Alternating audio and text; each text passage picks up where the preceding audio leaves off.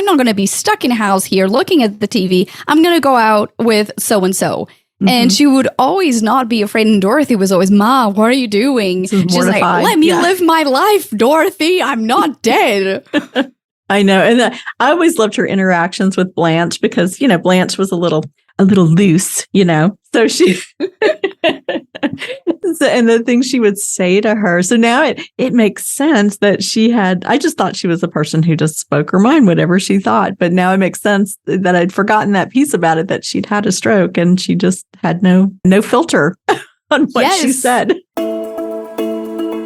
Welcome to Aging in Style, the podcast dedicated to celebrating aging and what it takes to do it well. I'm Lori Williams. I'm a certified senior advisor and senior housing expert. In each episode, you'll learn stories of older adults who are thriving in their 70s, 80s, 90s, and in some cases in their hundreds. Whether you're an older adult or the child of an older adult, this podcast is filled with insightful resources, organizations that are doing incredible work, and stories that will inspire you to volunteer, learn, and who knows, maybe even skydive in your golden years. Hi, welcome to today's episode of Aging in Style. So today we have something special for you since we're closing out the year and about to start a new year. So we are doing lessons for 2023 from the Golden Girls. And we came up with this idea, Anna and I, she's my guest. She's the producer of my podcast and the owner of the podcast space, and she's amazing. But we were talking a few weeks ago, and we have a shared love of the Golden Girls, and we just started talking about them and thought it would be a great idea to use like life lessons from them to share going forward into 2023. So that's what we're talking about today. And welcome, Anna. Hi, Lori. Thank you for having me. I'm so excited to record this episode. I really am. Yay, me too. So the funny thing is we were talking about the Golden Girls, and there's an age difference between Anna and I. So I'm 58 and started watching the Golden Girls when I was in college when they were new episodes. So and they were so popular. Like my friends and I would watch, college students. We love the Golden Girls. And Anna is 33 and from Portugal, and she has discovered the Golden Girls, I guess recently, right? Because you've watched a couple episodes. Yeah. I think because of the internet, it just kept showing up time and time again about the Golden Girls. And I think my husband had watched it before because he's French. And so he's like, oh, yeah, I remember like them playing or something. And I was like, I've never watched it. We should. And then obviously like you kept talking about the Golden Girls. I'm like, I want to watch it because it's kind of like a normalized cultural thing. And I was like, we have to watch this. And then we're just like talking about how awesome it is. Yeah. And the funny thing is, it's from the 80s. So I mean, their outfits and things are dated. I mean, to me, it's funny because it's like I remember when people wore these big shoulder pads and big earrings and everything. But the things are relatable. Their situations are relatable. And the lessons that they teach, I don't know that they mean to teach them, but that they teach in each episode. And so we just thought that would be really fun to talk about. And so that's what we're doing today. Yes. And it's funny that you're saying like all of those shoulder pads, and like I feel like I'm an old soul, and I love vintage. I love stuff with history. And so I myself dress a lot with the 80s, the 70s, the 60s clothes. Like, so every time I'm watching the show, I actually love just to see what their fashion choices were. And sometimes it's like, oh my God, what is that? And sometimes I'm like, oh, that's actually quite cute and like adorable, and I wouldn't mind wearing that. So it's always a mixed bag. You never know. But yeah, I feel that that's one of the things that is relatable, is that you can always look back and either you or your family looks at the fashion choices and like, ooh, that was interesting.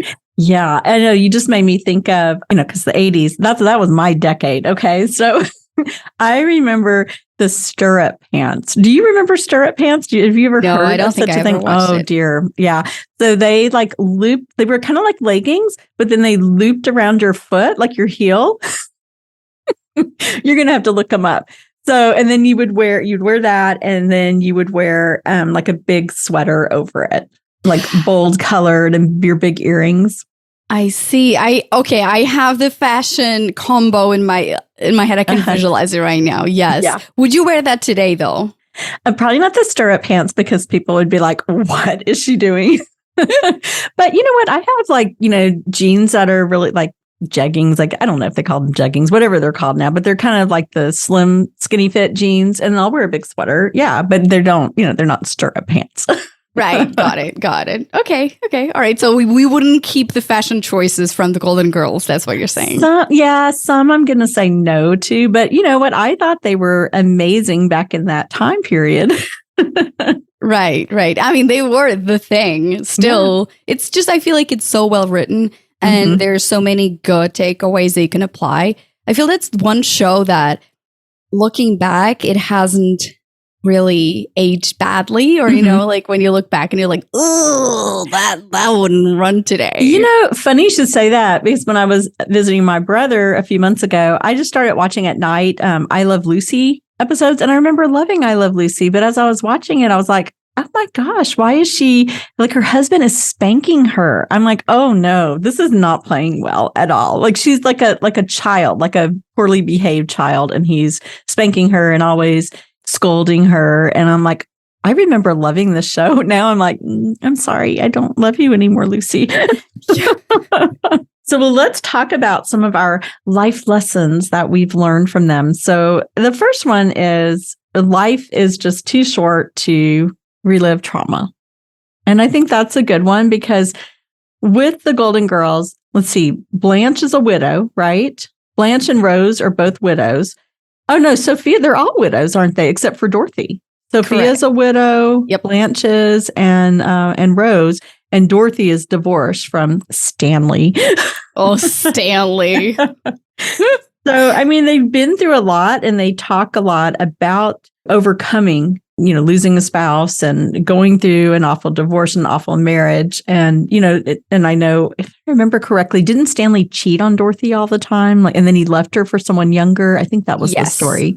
Yes. I think that it kind of felt like really, really sad for Rose, is that her husband died when I think they were getting intimate. And so that got traumatized by that. Right. Mm-hmm. That was a big deal for her. Yeah. Oh, that is so true. I totally forgot about that. So then she had to overcome that to move forward. Yes. And I mean, that's a big trauma to have, right? Yeah, I can't imagine. Yeah. And she's always bringing the name of her husband, like, oh, when we were together. So like, that's also, mourning a lifetime with someone else, the good and the bad, and how they look at what happened and how they move forward. So that was always a really common message throughout the episodes. They always would bring their past life with husbands or whatever it was. There would always be moments where someone else would chip in and be like, okay, well, let's look at this way, or get them out of that narrative and move forward. That I thought. So they weren't stuck in that trauma. They were moving forward and still, finding joy in life, which I think some people get really stuck in bitterness. And if a woman who's married for 40 years and her husband leaves her, I mean, I know some people who are just stuck in that bitterness and not moving forward. And they were able to move past things that happened, I mean, traumatic events, and still find joy and do new things and, be hilarious doing it. Or just not letting trauma define them.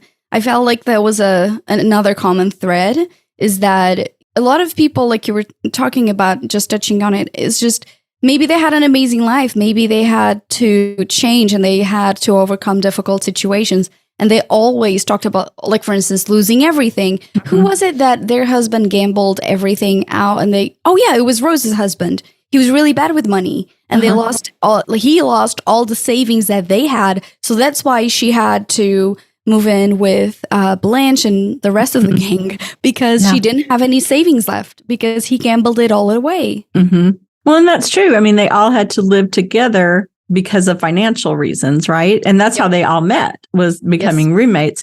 And that's another thing, to have to give up your house that you lived in. These are common things that when I'm talking to seniors who are having to downsize or make change, that's something they could have felt bitter about, but no, they embraced the challenges and the fun and joy of being roommates with these other women. That was one good lesson to keep. So what is for you lesson number 2? Lesson number 2 is stay active and don't be afraid to try something new. Oh, we say this all the time on the podcast. Yeah, that's almost your motto for life, Lori. It really is. And like we were talking before we started recording the podcast, but we were talking about Sophia because I couldn't remember exactly what happened, but she had a stroke, and that's how she ended up in Shady Pines. And the stroke kind of censored her thoughts. So she would say whatever came to mind. I had forgotten all about that. And so that's what we're talking about, that she would just say anything she wanted. She would take no crap from anyone. Yes.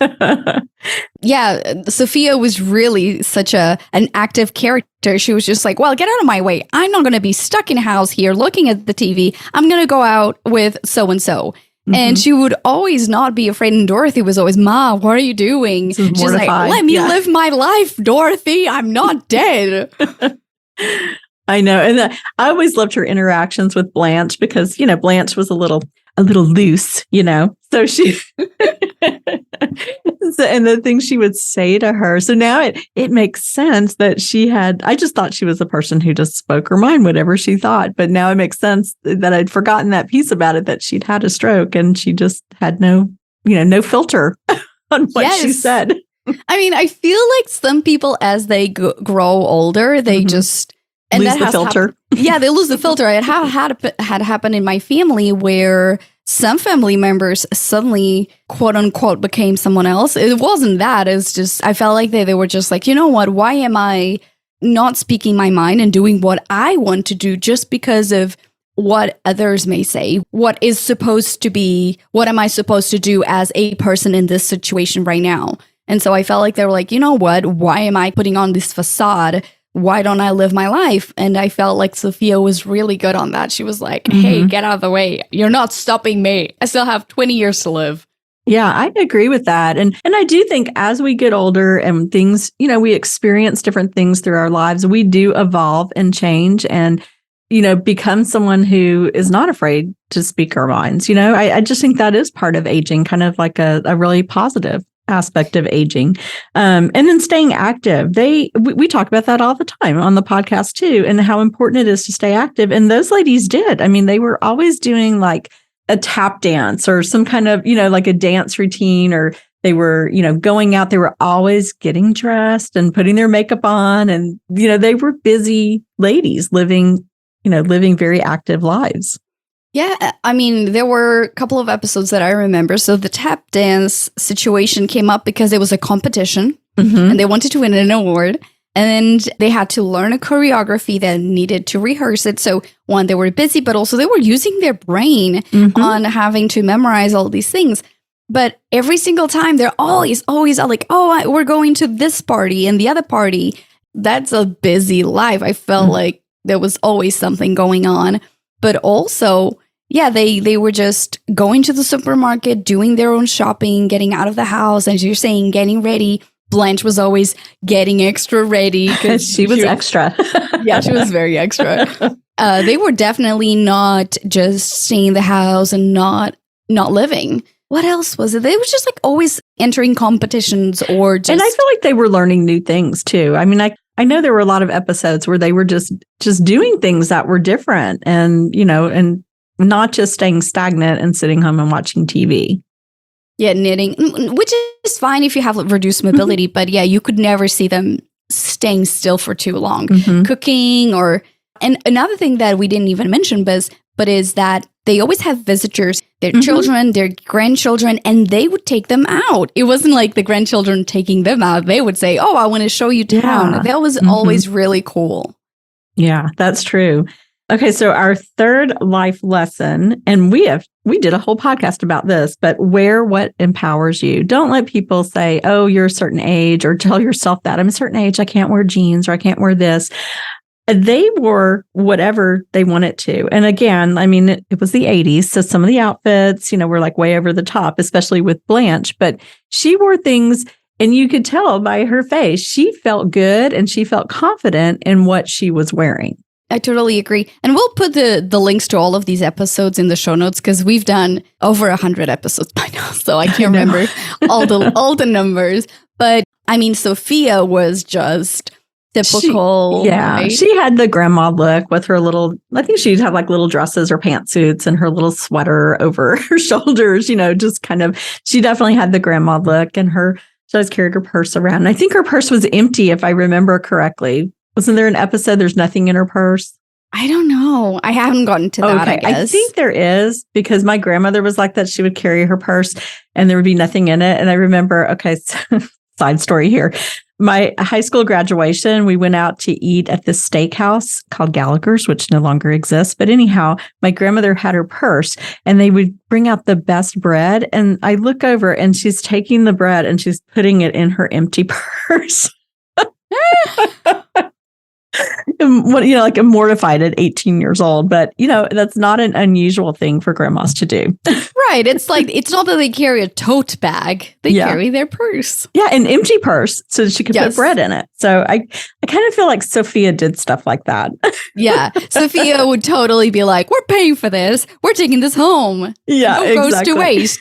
Yeah. Nothing goes to waste because in Sicily, la, la, la, la, la. Yeah. Like that was always the thing that she would be like talking about how hard life was in Sicily and like, always this crazy picture it. Was that what she would say? Picture it. Yes. Oh my gosh. Yeah. So definitely wear what you love, but also don't think about how you're a certain age, therefore it's not, I don't know, quote unquote, right. Exactly. To wear this or that. And it goes back to try something new. Go buy some skinny jeans, go buy the ripped jeans. I mean, you never know. Go try it on. You may be surprised at how good you look in it. Yes. And if anything, I'll say this because I'm originally from Portugal and I lived close to the border with Spain. And one of the things that I always admire about Spanish women was that when they go gray, they go colorful. So instead of dyeing their hair back, like dark brown or black or blonde or whatever, they tend to dye it like fun colors, like bright red, pink, blue. And hey, why not? Actually, my husband's mom, she's French. He has this beautiful gray hair and she just adds this shampoo that gives her a little like purple, like pinkish color, just like very faded, but very beautiful. And I think it's just such a fun thing to do, to experiment with color and just like, hey, just something special. It's not difficult. You don't have to go to the hairdresser if you don't feel like it. But take it from the French and the Spanish women and think about like, how can I jazz it up? My mom is 82 and she's all white and she added a little purple to her hair. There you go. Or go with Lori's mom's That's right. style. Yeah. Okay. I also have a friend she's in her 60s and she's beautiful. She has long blonde hair and she always keeps like a strand or like a section of it here that's all like a bright purple color. And it looks fabulous on her. I love that. Yeah, I think it's starting to catch on here too. Awesome. Yes. Okay. I love this. Yeah, me too. All right. So we're going to wear what empowers us. And then the fourth one is stand up for what you believe in. And they always did that, especially Dorothy. Oh, yeah. Dorothy was just really what's right. And even if it cost her something, she would always do the right thing. She was tough. She was tough. And, find your voice. I feel like especially women of a certain age, maybe just because of how society was, they did not speak up. But now, I mean, why not? Say what you want. I mean, everyone wants to hear you. I want to hear what you think. Yeah, I think so. And also, I feel like I've been hearing this as well, where women married into, well, maybe not marrying because they love the person they were with. And they were always very subdued and very like in the background. And then suddenly they're divorced and they're like, you know what? I don't have, no one else here has power over me. I can be my own person. Or actually, that's the reason why some people divorce, because they just felt like they were never able to shine their own true selves. And they were always the one who's like, hey, be the carer for the whole family. And therefore you have no identity. And suddenly they're like, well, what have I been doing all my life? And it's time for me to really be who I am and just try new things and just live life now instead of just, next year, in 10 years, whatever it is.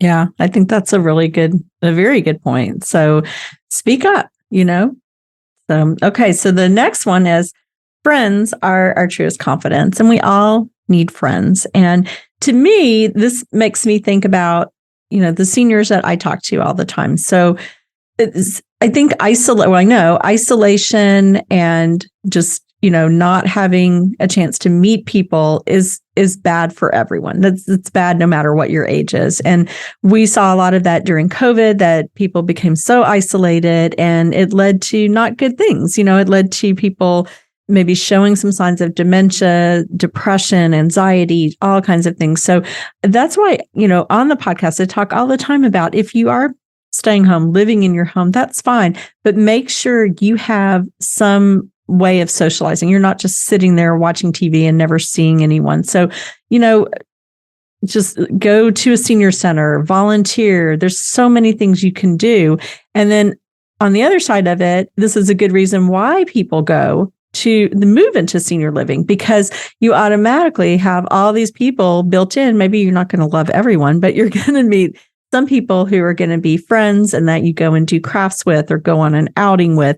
You just automatically have those friendships built in, and you don't have to get in a car and drive to a senior center if you're no longer able to drive. You just go to, the second floor, to the activity room or whatever. You can be a part and make those friends. That's so important to have people in your life.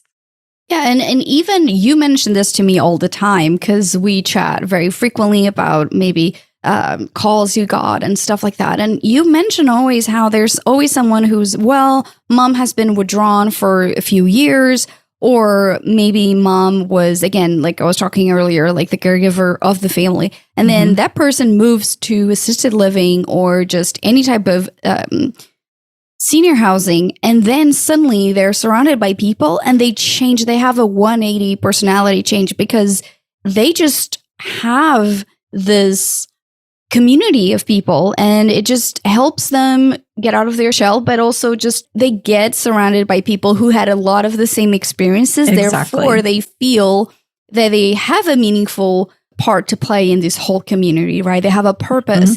And yeah, you talk about this all the time when someone, like an adult child, texts you after, maybe a month, you've done a check-in just to see how things are going. And they're like, wow, mom is a completely different person. I've never seen her this happy. They just flourish. And it always reminds me, when I first started in senior living 16 years ago, I worked in a retirement community. And I guess when it clicked for me, my office was right next to an area kind of like in the front of the building where people gathered in the morning, and they called it like a coffee clutch. And so it was always the ladies would sit in a circle and they would serve them coffee and have, little snackies. And I was listening to them talk, and it was so lovely, because they're all talking about shared things, because they were all in pretty much the same age group within 10 years or so. And I could hear them saying different years, 1989, 1996. And so I walked out to see what they were talking about, and they were all talking about the year they were widowed. And I'm like, wow. Okay. So that is that connection for all of these ladies had all been widowed. And what a great support group to have these people kind of built in that have been through that change, that life change, that transition, that you don't feel alone. You have someone to talk to, because you can't talk to maybe your kids who've not been through that, thankfully, but you have all these other people who've gone through being a homemaker, raising their kids, retiring with their husband, and then their husband passing away. So I thought it was just very powerful. Yeah. And as you were talking about it, yeah, the episodes where Blanche and Rose, who are such different characters, talk about losing their husbands and finding their identity after, or how much they love them. And that's such a point for connection that, yeah, you just think they have different personalities. However, they connected on that one thing. And it was just so powerful to help them both overcome trauma and find their happy place and find themselves after that. Yeah, I agree. And I think that's, it's something to to look forward to go into senior living instead of thinking, oh, I don't want to be in a senior community. And we talk about this all the time, people not understanding what a senior living community is all about. But here is a good reason right here, finding your friends. Yeah, I love your that. People. And, yes. And especially with so many stats showing so many people pass away shortly after their companion of so many years passes too. So if you are in a community, you're more likely to experience more support, to feel like you still have something to live after your loved one's passing. It is what it is, right? If you had a whole identity you spend, especially back in the day where people lived together for 60 years, right? They marry their high school sweetheart or whatever it was, like just very, very young, they got married and they just don't know how to be without someone else. So if they actually move together to senior living, there's a better chance of them finding their way after a death. Yeah, so absolutely. That's huge. And, so many, when I worked in the retirement community, so many things like that I witnessed, where people came in and one spouse died or whatever. But one that kind of sticks to me because of like friends and meeting people. There was a lady, her name was Joni. I'll just never forget her. She was the cutest thing ever. She was probably in her 90s and she always put her makeup on and she wore like really cute clothes and heels. And she would have every evening, it was like a little happy hour in her apartment. And then she was best friends with the lady Mary Lou. And like you would never have pictured them together as best friends. They were so like polar opposites. And so they would always invite me, come on down and have wine with us. But of course, it was like 4:00 and I was still working, so I couldn't partake.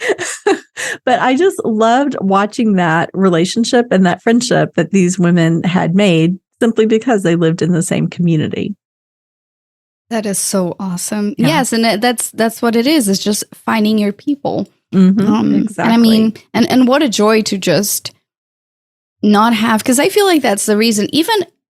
Me as a young person, you're probably the exception, Lori. But I mean, all of my friends always are busy because they're also busy people. And we live in the same neighborhood in Oak Cliff.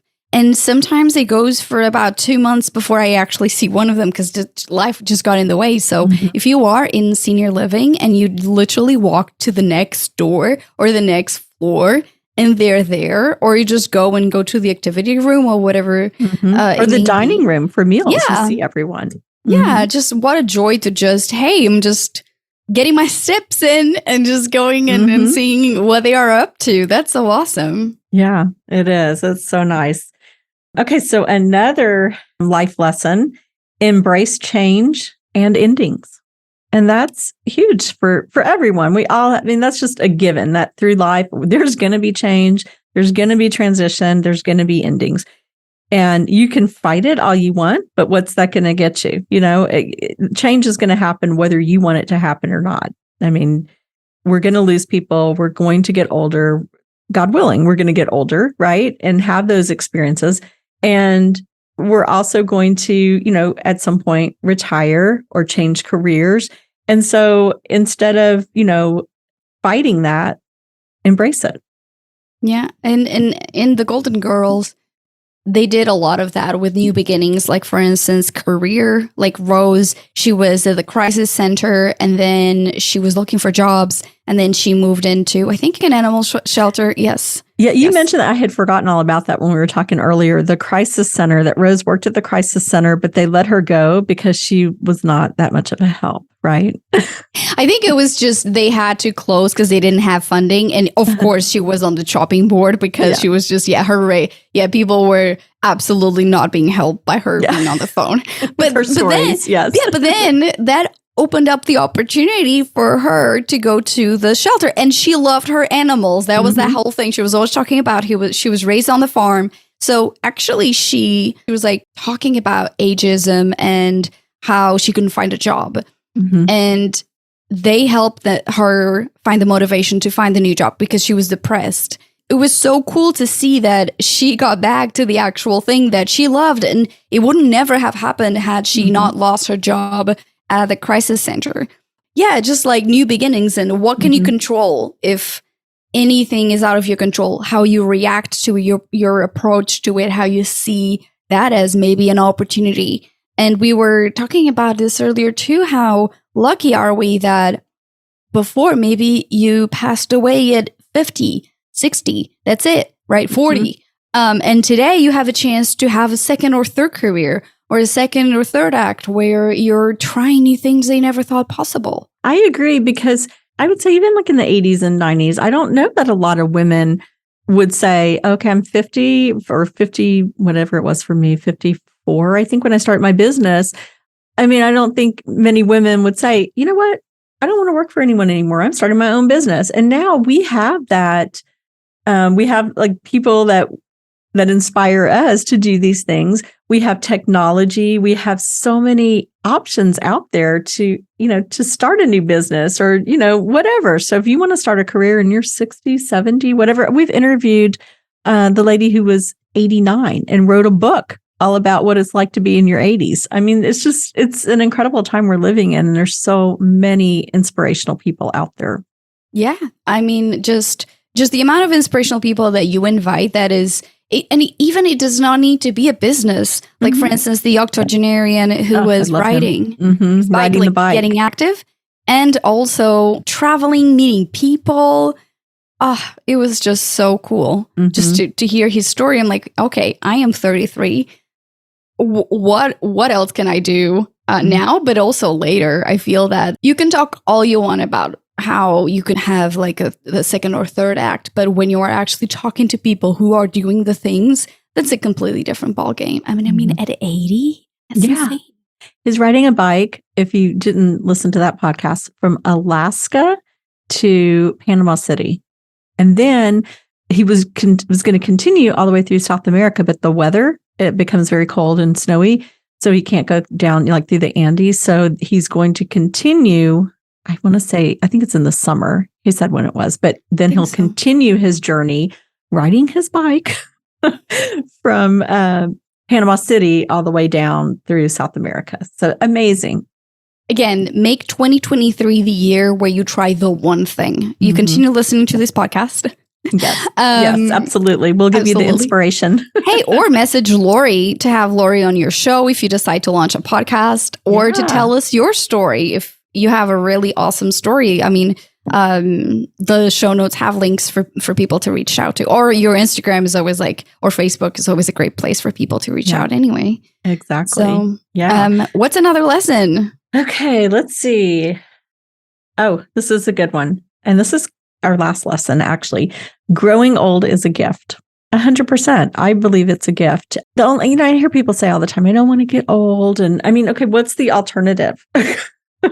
And I have met the coolest people ever are in their, 90s. There's a gentleman here. We've had him on the show. Doug, he's 97. Oh my gosh, the stories he can tell. He was a World War II and a Korean War vet. He started his own second act in his 70s where he started refurbishing computers and donating them to veterans and to boys and girls clubs. I mean, amazing.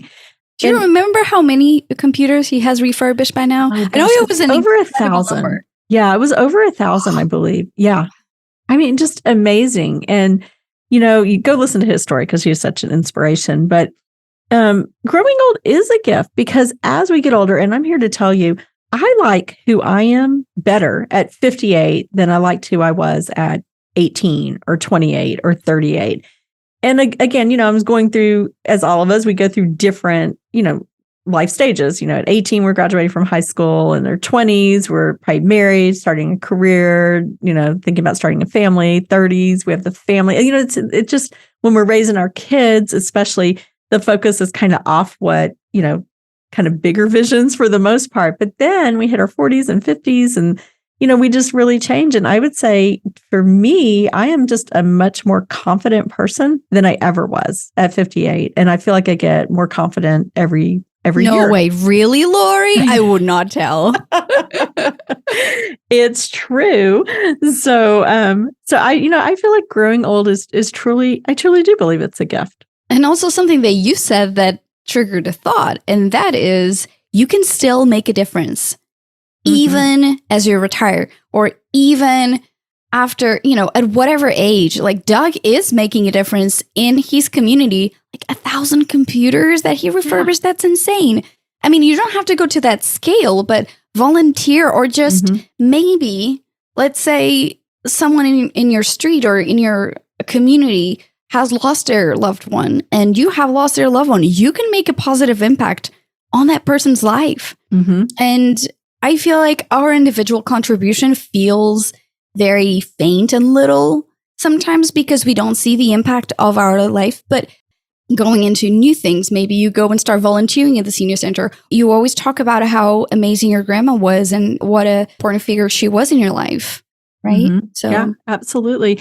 And you know what? I feel like when you find your passion, and maybe we don't know what our passion is when we're younger, right? I mean, I would never, if you told me in my 20s my passion was going to be senior living, I probably would have thought, huh? What? Yeah. But it is. And once you find your passion in life, it doesn't feel like work. It's something you feel joy. You want to get moving. You don't care if you're doing it 7 days a week. And that could be like maybe you're 80 and you've always wanted to paint, but you know there's an artist somewhere inside of you, but you're kind of shutting down that voice. Go take an art class at the senior center or the YMCA or wherever someone may offer an art class for you. Just go and do it. Or just start painting on your own. Go on YouTube. I mean, there's like my daughter's an artist and she finds all kinds of stuff on YouTube because I'll ask her, oh my gosh, how did you figure that out? Oh, I watched a YouTube video or, Instagram or whatever. So we literally live in a time where we can learn anything at all, just, from our own home. Yeah, that's so true. And I was thinking about how, you just released like a holiday gift guide for seniors, and there's so many subscriptions that you can get online where you actually get on the mail something. If you sign up for something that gives you art supplies every month, you receive a kit. So you don't even have to go to the store and feel overwhelmed about what you need to get or something. You just can receive that. And maybe you do that with your grandchildren or your children, and you do that instead of writing crosswords. We did this activity at one of our senior communities. It was a independent or senior apartments, actually. And it was Halloween. And I painted it. I found it and painted it. It's just a pumpkin. And I followed the directions. And my gosh, it took me like 2 hours because it was so detailed. Now I'll go back and add this highlight and do this. And so I'm like, oh my goodness, how are we going to do this with all the seniors at the event? So we brought the canvases and I just kind of sketched out the pumpkin shape. And we had so many people that we decided, let's just do each table has a canvas and they do it together. Right. And then I walked around. I'm like, this is the one I did. And it took me forever, but I want to see you put your spin on it. Do whatever you want. And oh my gosh, it was so cute. I loved it. So they would each like take turns and they would just pass it to the next person. And at one table, there was this adorable gentleman. He was a Korean War vet. He had his little hat on and everything. And he was like the artist. He just took over. But they were all so different, so unique. And we did, contests for the scariest and the most unique and, different prizes. And it was just one of those things that we had sort of like an expectation of what we were going to do, but then we had to just pivot and go, that's not going to work. And I'm so glad it turned out so much better than what we were trying to do.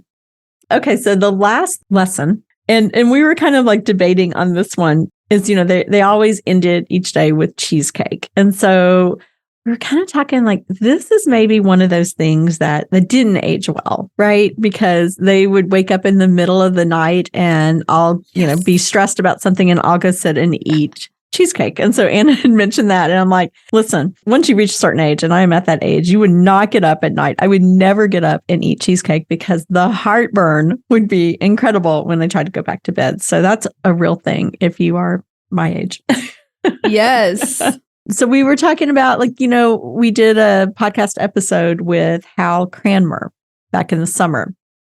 And he owns residential care homes in Arizona.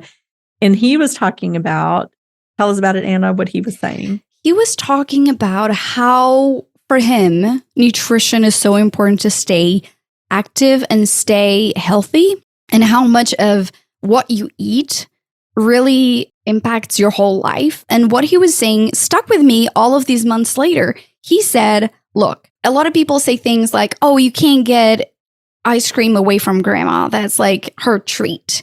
And he said, well, if she has something other than the ice cream to look forward to, if she's able to be mobile, she's maybe able to go to her grandchild's soccer game or whatever it is. And so the ice cream or the sweets or whatever it is, it does not become the treat she needs to have in order to feel happy because she has mobility. She's able to, like, her brain is sharp. And so I just thought it was such an important thing to be careful with what we're eating, because if we're having food that isn't nutritious, you're not taking, your body is a vessel. And so your vessel allows you to navigate life. And if you're not taking care of it, and it does have to do with, okay, maybe you don't want to cook anymore. Well, maybe that's when you bring in, there was these episode you did on Chefs for Seniors. Chefs for Seniors. Yep. So maybe you have a service that will bring food to you, or when you're you move to senior housing and they make the meals for you, when you become healthier and you actually have more mobility now. I mean, it's not about just thinking about how you can live life. It's also like, what are you doing that may be limiting to date what you were doing? I know so many people who at 60, they realize if I don't change my diet, or at 50, if I don't change my diet, that's going to have so many implications on moving forward in my life, because my body didn't really care, quote unquote, what it was being put in it, because it could fight back. But you reach an age, especially on women. I remember producing a podcast talking about this. Women, when they hit 60, your body changes completely and it just is not able to process food the same way. And so I was thinking from the healthy standpoint, where you need to be careful with what you put in your body if you want to live a full life, a more healthy life, more active life, how much better you feel when you're actually eating healthy, or at least giving. And exercising and just walking or just getting up. Just, your whole body feels better if you're moving it. If you sit all day, you're not going to feel great. And again, if you're just eating sugar and sweets and just saying it's a reward, I'm rewarding myself, and not to bash the Golden Girls. That's the only thing that we would say is not a lesson. It's not a lesson to move forward with in 2023. Maybe the lesson is to eat healthier, not eat late at night. And we've also done a podcast about brain healthy foods. That was like one of our most popular podcasts. And I keep that in mind. Like yesterday I had salmon, because salmon is one of those foods, nuts, berries, and kale. Actually, my salad was kale and salmon. Wow. Extra healthy. Exactly. Wow. It's delicious too. But so we really need to think about that, because we want to age well, right? We want to be able to do things, and feel well and not fight dementia. And these are things that we found that keep the brain healthy. So these are the things that instead of cheesecake every now and then. I don't want to bash cheesecake completely, because, there is a time and place for cheesecake. So our life lessons for 2023, thanks to the Golden Girls, I'm just going to recap them really quick. And so their life is too short to relive your trauma. Stay active and don't be afraid to try something new. Wear what empowers you. Stand up for what you believe in. Friends are our truest confidence. So go out there and make lots of new friends and embrace change. Oh, and our last one was growing old is a gift. So I'm going to ask something that is completely unplanned. What is your lesson for 2023? After doing 100 episodes, talking to so many inspirational people, what is a lesson you're going to take to 2023, or something that you want to implement in 2023? Okay. Well, I would say for me, starting the podcast, as we've talked about before, was so out of my comfort zone. And as we've done more and more, it is just my confidence has grown, and I feel very comfortable doing podcasts now, obviously. So I feel like I would take forward in 2023 is to still just keep growing and changing and, embracing change, looking for new challenges. Whatever comes, I'm pretty much up for it. And, as I announced on the podcast, I think back in the summer, I'm in the process of writing a book, which is like huge. And that's very much outside my, my comfort zone, but I'm going forward, and that will be released in 2023, that book. Still have some work to do on it, I'm not going to lie, but Ooh, and we'll actually include a link where people, if listeners want a first copy instead of waiting for everybody else, just they can get ahead. They can get it on a link that I'm going to put on the show notes, actually. Okay, excellent. Yeah, if you want to be special and get it early. So, and then the other thing, 2023, I have lots of huge plans for my business as we're growing. Some things that have just, been near and dear to my heart, just trying to figure out how to do them. And we just announced yesterday that we're moving to a new, larger office space. And it's one of those things that office space came to us, and it was kind of at a time I wasn't really looking. And it's such a huge space that I could have easily said no, but it ended up just being like, one of those things. It's like, okay, the universe, God is telling you, girl, you need to just go ahead and take this. There's a reason for it. And so we got this incredible, ridiculous deal on this office space. And it's an answer to prayer, because I have always wanted to do something for the community to give back more. And one of the things that we will be beginning in 2023 is a closet, basically, of items that seniors in need can use and have access to for free. And they're things that, items that people have contacted me throughout, I don't know, probably weekly, I get an email or a call about it, that maybe their mom or dad passed away and there's a walker available. There's Depends, there's Insure, there's, certain items that people don't know what to do with, and they don't want to just throw them out because they know they could be of use to someone else. So that is something that we will be doing in 2023, providing a space for those types of items to help other seniors. So that's very important to me, to be able to give back to the community. And it's funny that you're saying that. And to me, there's another lesson in there, which is have enough courage to take what the universe is putting in front of you. Oh, very true. Yeah. Right?